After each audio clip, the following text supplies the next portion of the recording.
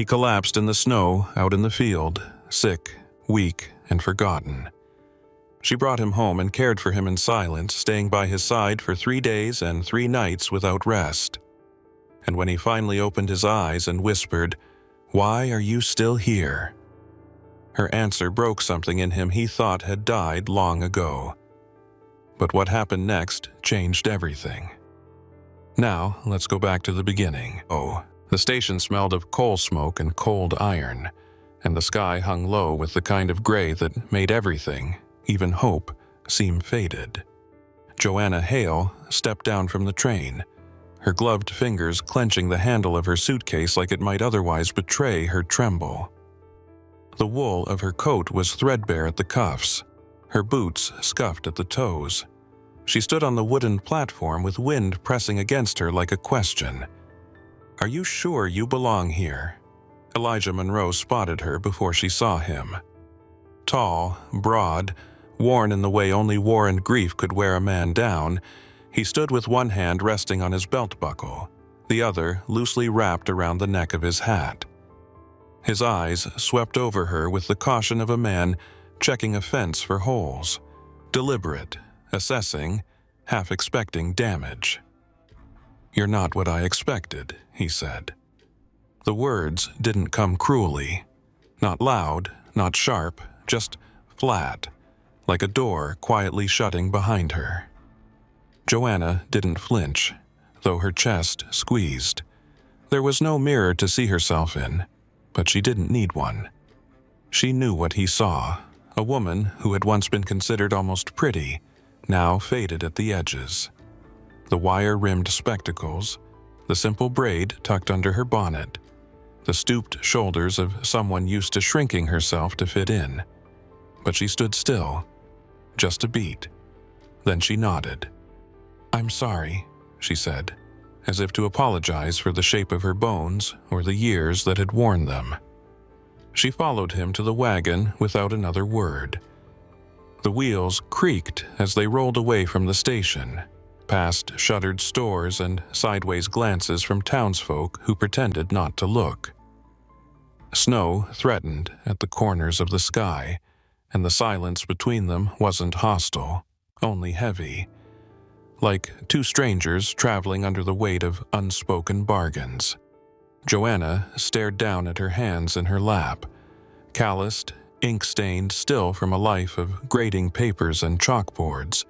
She'd written her name so many times at the end of letters to students who had long since forgotten her, but none of those names had ever meant as much as the one she now wore in her heart like a badge and a burden. Mrs. Monroe, at least on paper.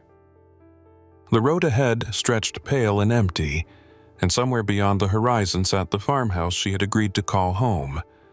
Not for love, not for dreams, only for a chance. And that would have to be enough. The spare room had a window that faced the east, and every morning the sun spilled in like it was apologizing. Joanna rose before it touched the floorboards, brushing her palms over the quilt she slept beneath. Plain muslin, rough at the seams. She never made mention of the cold, never asked why Elijah slept in the barn, though the scent of hay and smoke sometimes had followed him in like a ghost. Their house was clean, orderly, and silent. Not the kind of silence that soothes, but the kind that waits. Meals were taken without conversation, just the soft clink of cutlery against mismatched plates and the occasional cough into a napkin. Elijah ate like a man filling a machine. Bite, chew, swallow, nod. Then he'd vanish through the door, boots trailing dust across the floor she'd already swept. Joanna kept to her rituals.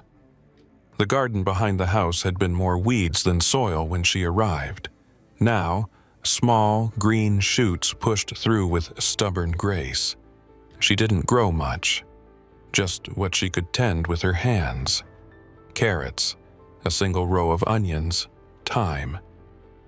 She watered each one like it might remember her name.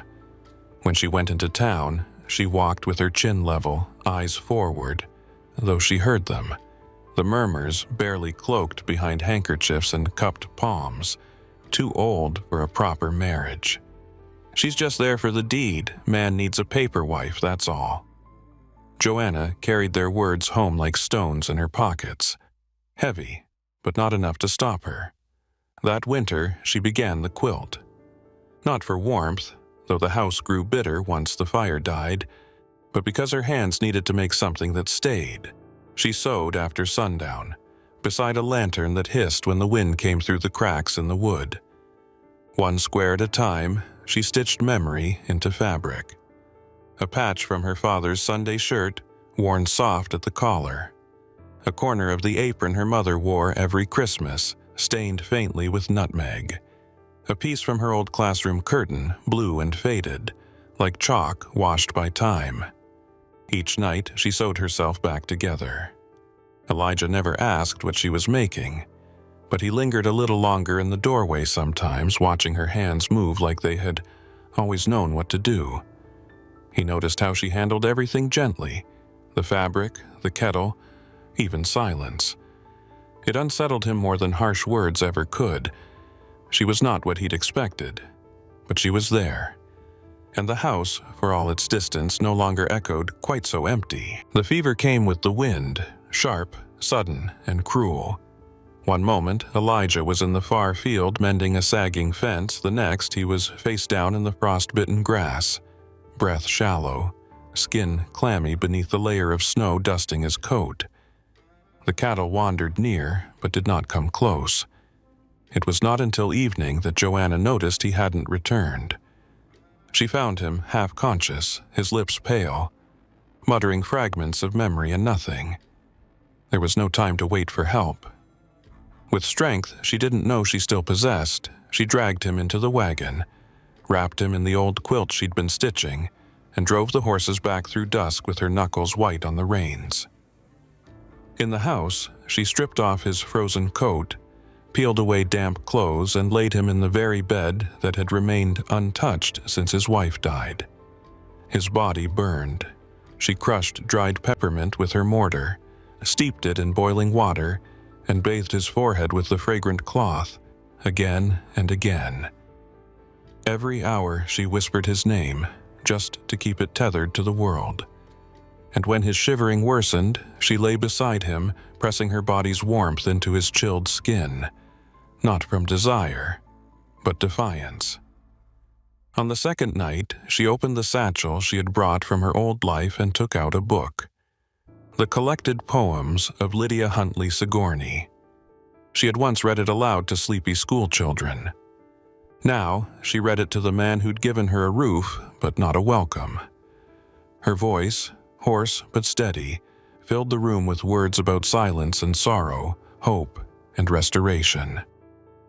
By the third morning, the fever broke. He opened his eyes, dulled by sickness but wide with confusion. His throat cracked as he rasped, "Why are you still here?" She dipped the cloth once more and pressed it to his temple, her expression calm, her voice nearly a whisper. "Because no one stayed when I needed them," she said, "and I remember how that felt." His lips quivered, and then, like spring cracking the surface of a frozen stream, tears came, thick and without shame. After that, something in the house changed. The quiet wasn't so heavy.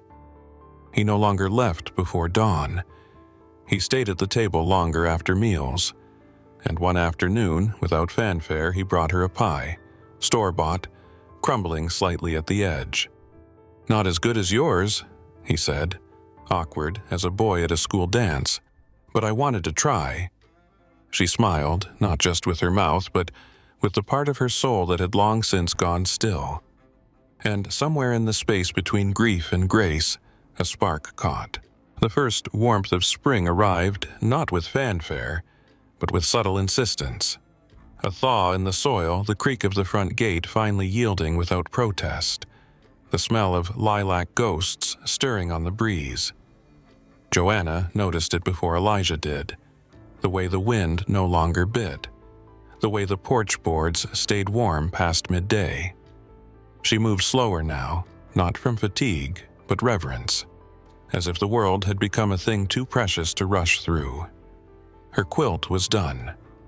She laid it atop his bed without a word, smoothing the corners with quiet ceremony. It wasn't just fabric anymore. It was proof, a life reassembled from scraps, a story stitched where no one had thought to read. That evening, the dogwoods bloomed like snow held in warm hands.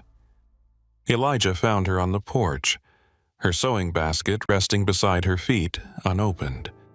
She wasn't sewing tonight. She was just watching the light fade, the way only someone who has once feared darkness learns to do. He sat beside her, not touching, not speaking at first, just breathing the same air. "I thought I needed a wife to keep my land," he said finally. His voice was rough, but the kind of rough that held softness underneath, like tree bark hiding green beneath the surface. "But I needed someone to remind me I was still alive. I didn't expect you, Joanna, and I thank God I was wrong." The words landed without weight, but not without meaning. She turned to him, her eyes shimmered with something that wasn't tears, not quite, more like the echo of them. She placed her hand over his, that wide, work-worn hand, mapped with old blisters and quiet endurance. "And I thought I'd be alone until the end," she said. Her voice didn't tremble. It was firm, like truth spoken to the sky. "But you gave me somewhere to be seen again." In June, they wed beneath a sky the color of buttered cream. There was no preacher with polished shoes, no bouquets bought from a catalog. Just neighbors, cornbread, and a phonograph crackling with music too old for fashion and too dear to forget. When Elijah twirled her, his hand firm at her back, he leaned in close and breathed the words into her ear like a prayer meant for one listener only. "You are the most beautiful woman I've ever known." And this time, the world did not laugh. Joanna still stitched by lantern light, but her threads ran toward tomorrow now, not backward. And Elijah? He planted blue cornflowers and bachelor's buttons behind the barn, grinning like a boy each time they grew taller than they had the day before. Once, he'd bartered for a name on a deed. Now he woke each morning beside the woman who made the house a home, and that was something no contract could ever hold.